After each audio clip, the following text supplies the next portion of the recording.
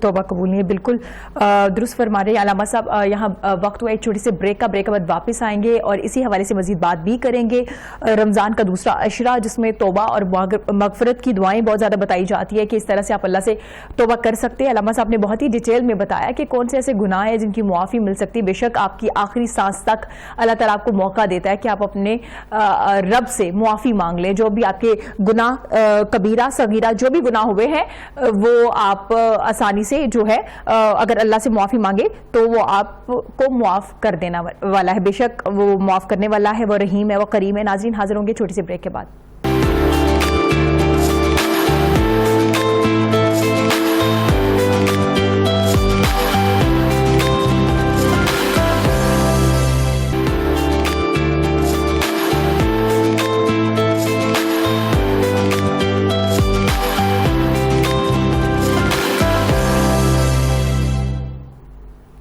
Welcome back ناظرین. رمضان احساس کے ساتھ میں ایک بار پھر سے خوش آمدید کہتے ہیں. ہم لوگ مغفرت کے حوالے سے بات کریں, توبہ کے حوالے سے بات کریں. علامہ صاحب کچھ لوگ جیسے آپ نے اتنے اچھے طریقے سے بتا دیا کہ اللہ تعالیٰ معاف کر دینے والا, آخری سانس تک آپ کو موقع دیتا ہے. اگر آپ معافی مانگ لیتے ہیں تو اللہ معاف کر دیتا ہے فوراً سے پہلے.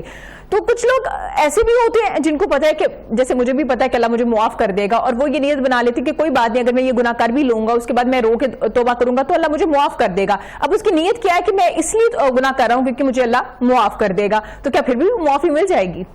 بسم اللہ الرحمن الرحیم. اللہم صلی علی محمد وآل محمد. یہ میرے مولا مومن آپ کا سوال بڑا خاص سوال ہے جس پر اکثریت چل رہی ہے جی, کہ اس امید پر کہ میں کل کو توبہ کر لوں گا. میرے مولا مومنان لنگر زمین و آسمان علی ابن ابی طالب علیہ السلام کا ارشاد گرامی ہے. نہج البلاغہ میں بھی یہ خطبہ ہے. اس میں یہ ہے کہ او دنیا والو, آپ قبرستان میں جاؤ, وہاں بھی ہزاروں لاکھوں آپ کو ملیں گے جن کے دل میں یہ نیت تھی کہ بھائی مرنے سے پہلے ہم بڑھاپے میں توبہ کر لیں گے, اور اسی امید پر رہ کر وہ مر گئے اور توبہ کا شرف حاصل نہ ہوا. اس امید پر گناہ کرنا کہ جی میں بعد میں توبہ کر لوں گا, جی یہ آپ کا خام خیالی ہے. آپ کو کیا پتا آنے والا سانس آنا بھی ہے یا نہیں آنا. اس میں تو حکم ہے جلدی کرو, جتنی جلدی ہو کرے ہو کر توبہ کرو. اس امید پر گناہ کرنا کہ جناب میں 60 سال کا ہو جاؤں گا, مرنے سے پہلے توبہ کر لوں گا, جناب میں ایسے کر لوں گا, میری نیت میں یہ ہے کہ میں یہ کر لوں گا, یہ تیری نیت کی بات نہیں چلتی. یہاں پر بات چلے گی کہ اللہ نے تیرے لیے توبہ کا دروازہ کھولا ہے. جتنی جلدی ہو سکے تو اپنے گناہوں کی سیاہی کو توبہ کے آنسوؤں سے دھو دے, صاف کر دے. زندگی کی امید پر, توبہ کی امید پر گناہ کرنا یہ بھی گناہ کبیرہ میں شامل ہو جاتا ہے. اس امید پر یہ گناہ نہیں کرنا چاہیے. آپ کو موقع ملا ہے, اے انسان, اے صائم, اے روزے دار, اے نمازی, تو کتنا خوش قسمت ہے کہ تجھے وہ مہینہ ملا جس کی عظمت کے لیے یہ معصومین کا فرمان ہے, یا علی و یا عظیم, یا غفور و یا رحیم, انت رب العظیم الذی لیس کمثلہ شیء وہو الشہر الذی فرضت صیامہ علیہ وہو شہر رمضان الذی. یہ ساری کی ساری کیا ہیں؟ پہلے اپنے خدا کی بزرگی کا اعتراف کر کہ میرا اللہ کون ہے. یا علی و یا عظیم, میرا اللہ علی بھی ہے, عظیم بھی ہے, غفور بھی ہے, رحیم بھی ہے, اور اس کا کوئی شریک نہیں ہے, اس جیسا کوئی نہیں ہے. تو جب آپ اس کی توحید کا اقرار کریں گے تو پھر یہ مہینہ کتنا تو خوش قسمت ہے. یہاں پر حضرت علی علیہ السلام فرماتے ہیں خوش قسمت ہے وہ انسان, خوش قسمت ہے وہ بندہ جو ماہ رمضان کو صحت و سلامتی سے پاتا ہے, اور جب یہ عید الفطر کا چاند نکلتا ہے تو اس کے ذمہ کوئی گناہ نہیں رہتا. کیوں کہ اس نے اس مہینے سے پورا فائدہ اٹھایا ہے کہ یہ وہ مہینہ تجھے 12 مہینوں میں گولڈن چانس ملا ہے اللہ کی بارگاہ کے لیے کہ انسان باقی مہینے اپنی جگہ پر عظمت والے ہیں, وہ سارے اللہ کے مہینے ہیں, لیکن ماہ رمضان کا شرف ان سے بلند ہے. کیسے کہ تیرا سانس لینا تسبیح, کیا بات ہے, تیرا سونا عبادت, کیا بات ہے. اگر تو عام دنوں میں قرآن مجید کی ایک آیت پڑھتا ہے تو ایک آیت کا ثواب ملے گا. دیکھو اللہ تمہارے پر کتنا غفار ہے، کتنا رحمان ہے، کتنا بخشنے والا ہے کہ اگر تو اس مہینے میں ایک آیت پڑھے تو اللہ تعالیٰ تیرے نامہ اعمال میں پورے ختم قرآن کا ثواب لکھتا ہے۔ یار پھر ٹھنڈے دل سے سوچ وہ کتنا کریم ہے۔ بے شک اللہ نہیں چاہتا کہ تو جہنم میں جائے۔ جب تو ہی ضد کر جائے گا، سرکش بن جائے گا، تکبر کرے گا، نافرمانی پر تل جائے گا۔ ایک ہوتا ہے گناہ کر کے نادم ہونا، بخشش ہے۔ ایک ہے گناہ کر کے تکبر کرنا، اس میں اور شیطان میں کوئی فرق۔ تیری عبادت ہے کیا؟ شیطان نے تو ساتوں آسمانوں کے چپے چپے پر عبادت کی تھی، پھر وہ ملائکہ کا سردار بن گیا تھا، پھر وہ خازن بنا، جنت کی چابی ان کے پاس تھی، اللہ کے خزانوں کی پھر وہ تقی بنا۔ 7 درجے ہیں اس کے، لیکن ایک سجدے سے پکڑا گیا کہ اس میں عاجزی نہیں تھی، تکبر تھا، کفر تھا، تو ساری بندگی چلی گئی۔ اے انسان تو ہے کیا؟ تیری زندگی 60 یا 70 سال ہے، اس میں سوتا کتنے گھنٹے ہے، جاگتا کتنے گھنٹے ہے، کام کتنا کرتا ہے، اور اللہ تو اسے پھر بھی زیادہ ٹائم نہیں ملتا۔ صرف ہر روز 17 رکعت کا تقاضا کرتا ہے، 2 صبح کی، 4 ظہر کی، 4 عصر کی، 3 مغرب کی، 4 عشاء کی ہیں۔ اس میں 34 سجدے اللہ تجھ سے مانگ رہا ہے کہ تو میرا ہو جا۔ اس میں ہے کیا؟ ہے اتنا ٹائم کس لیے دے رہا ہے کہ تو میرا بندہ ہے؟ اس کو یہ بھی پتا ہے کہ تیری اور بھی مصروفیات ہیں۔ اللہ نے 24 گھنٹے تجھ سے نہیں مانگے، 17 منٹ مانگے، 17 منٹ مانگے ہیں۔ یا اللہ میں رزق کی تلاش میں تھا، رزق کے پیچھے تھا۔ یا نبی اکرم کا فرمان ہے کاش انسان جتنا رزق کے پیچھے لکو دوڑتا ہے، کوشش کرتا ہے، کوشاں رہتا ہے، اگر تھوڑی دیر کے لیے رازق کی طرف رجوع کرے تو اسے رزق بھی مل جائے گا، اللہ بھی مل جائے گا۔ ہم رزق کی طرف تو دوڑتے ہیں لیکن رازق کی بارگاہ میں نہیں آتے۔ کبھی ہم رازق کی بارگاہ میں آ جائیں تو رزق کے بارے میں سوچنا ہی چھوڑ دیں گے۔ یہ 12ویں پارے کی پہلی آیت ہے کہ کوئی بھی زمین پر یا زمین کے نیچے یا اوپر ایسی مخلوق نہیں جس کا رزق اللہ کے ذمہ نہ ہو۔ جس نے خلق کیا ہے رزق بھی اس کے ذمہ ہے۔ ہم اس سے ہٹ کر کدھر کوشاں ہیں، کدھر دوڑ رہے ہیں اپنے مالک حقیقی کو چھوڑ کر۔ اگر ہم رزق کی طرف جاتے ہیں، حلال و حرام کی تمیز نہیں کرتے۔ یہاں پر میں ایک سچا اور سچا واقعہ سوال کرتا ہوں۔ حضرت علی علیہ السلام نے ایک آدمی کو مسجد کے باہر دیکھا، کہا بھائی یہ میرا گھوڑا پکڑ، یہ میری زرہ پکڑ، میں 2 رکعت نماز پڑھ کے آیا۔ حضرت علی نماز پڑھنے چلے گئے، مشغول ہو گئے، اور اس کے بعد سوچا کہ میں نے سجدہ کیا، مجھے تو پتہ نہیں چلا کتنی دیر ہے۔ وہ بندہ خدا نے مجھے ٹائم دیا تھا، میرا سامان اس کے پاس ہے، میری گھوڑی زرہ اس کے پاس ہے، تو چلو میں شکرانے کے طور پر جناب نے ہاتھ ڈالا تو 2 درہم تھے مولا کی جیب میں، کہا یہ جا کر میں اس کو دوں گا اور اس کا شکریہ ادا کروں گا۔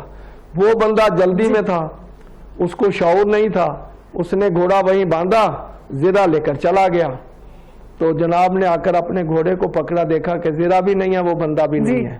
تو جناب علی وہ اسلحے والے بازار میں گئے، تو وہاں سے وہ بیچ کر مولا کی زرہ ایسے نکل کر بہر گیا۔ حضرت علی اس دکان میں داخل ہو گئے، اس نے وہ ایسے زرہ پکڑی ہوئی تھی اور اس کو وہ جھاڑنے لگا تھا، صاف کرنے لگا تھا، جس طرح کے دکاندار اپنی چیزوں کو کرتے ہیں۔ ابھی اس نے پہلی دفعہ ایسے کپڑا مارا ہی تھا، حضرت علی نے کہا بھائی یہ زرہ بیچے گا؟ اس نے کہا ہاں جی بیچوں گا، بالکل بیچوں گا، میں تو بیچ دیں۔ کہا کتنے کی؟ کہا چلو میں نے ابھی اس پر کوئی محنت نہیں کی، صفائی نہیں کی، میں نے 2 درہم کی خریدی ہے، میں 2 درہم کی آپ کو دے دیتا ہوں۔ حضرت علی نے 2 درہم اس کو دے دیے، جیسے دے دیے وہ زرہ اپنی لے لی۔ پھر ایسے چلتے چلتے پھر ایک جگہ پر ملاقات ہو گئی، مولا علی نے سلام کیا، وہ شرمندہ ہوا، کہا بھائی شرمندہ نہ ہو، میری بات سن، کتنے کی بیچی تھی؟ کہا 2 درہم کی۔ کہا اللہ کی ذات نے آج تیرے مقدر میں 2 درہم لکھے تھے، یہ 2 درہم میں نے تجھے دینے تھے جب میں نماز پڑھنے گیا تھا، تو نے جلدی کی اور یہ 2 درہم حاصل کیے، مجھ سے لے لیتا تو اس میں اور برکت پڑتی، تیرا رزق بڑھ جاتا۔ تو نے نافرمانی کی ہے، تیرے مقدر میں یہی تھا۔ اے انسان کبھی اپنے رازق کی طرف دیکھ جو تیرا حقیقی مالک ہے، تیری ساخت، تیری بناوٹ، وَسَبَّيْتَهُ، اور میں اس کو بنا سنوار لوں۔ یہ جس طرح بھی پیارا جو کچھ بنایا اللہ نے بنایا ہے۔ اللہ کو زیادہ احساس ہے تیرے بدن کا، تیری زندگی کا، وہ نہیں چاہتا تو جہنم میں جائے، اور اس نے تیری بخشش کے لیے یہ بخشش کا عشرہ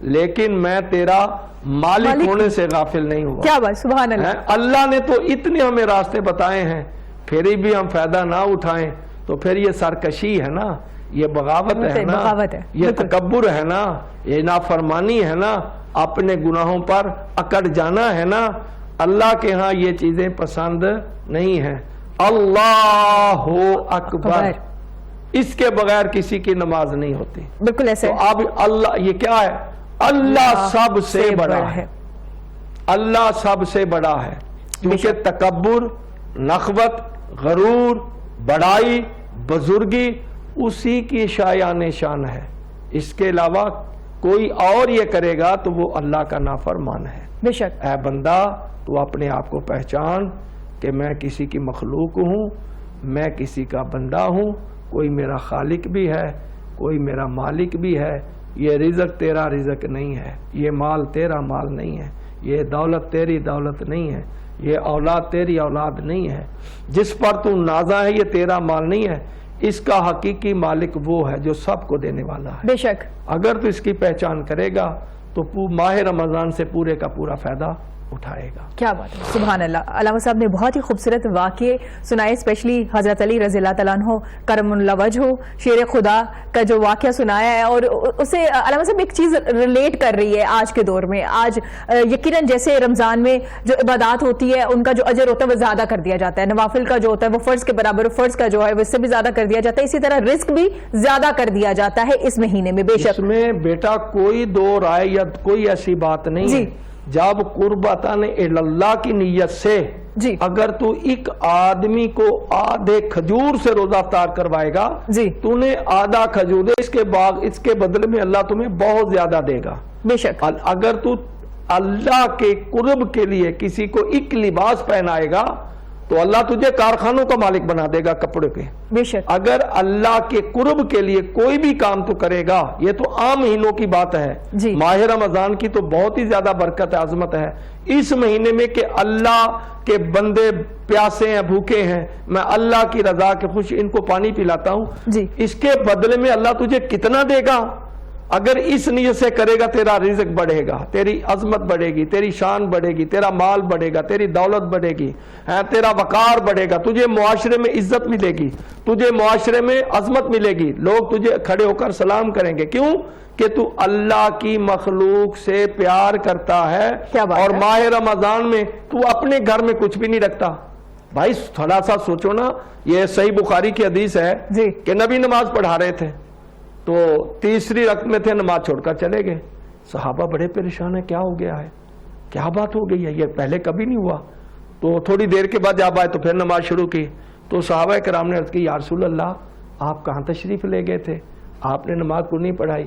کہا مجھے خیال آیا کہ میں مال غنیمت مستحقین حق تقسیم کر رہا تھا, تھوڑا سا مال کونے میں رہ گیا تھا, میں نے سوچا میں نماز پڑھ کر تقسیم کروں گا, نہیں میرے دل میں خیال آیا ہو سکتا ہے سانس نہ رہے, اس لیے میں نے یہ عبادت چھوڑی. وہ جو کسی کا حق تھا, وہ جو کسی کا مال تھا جو میرے ذمہ تھا ادا کرنا, پہلے میں نے وہ ادا کیا ہے.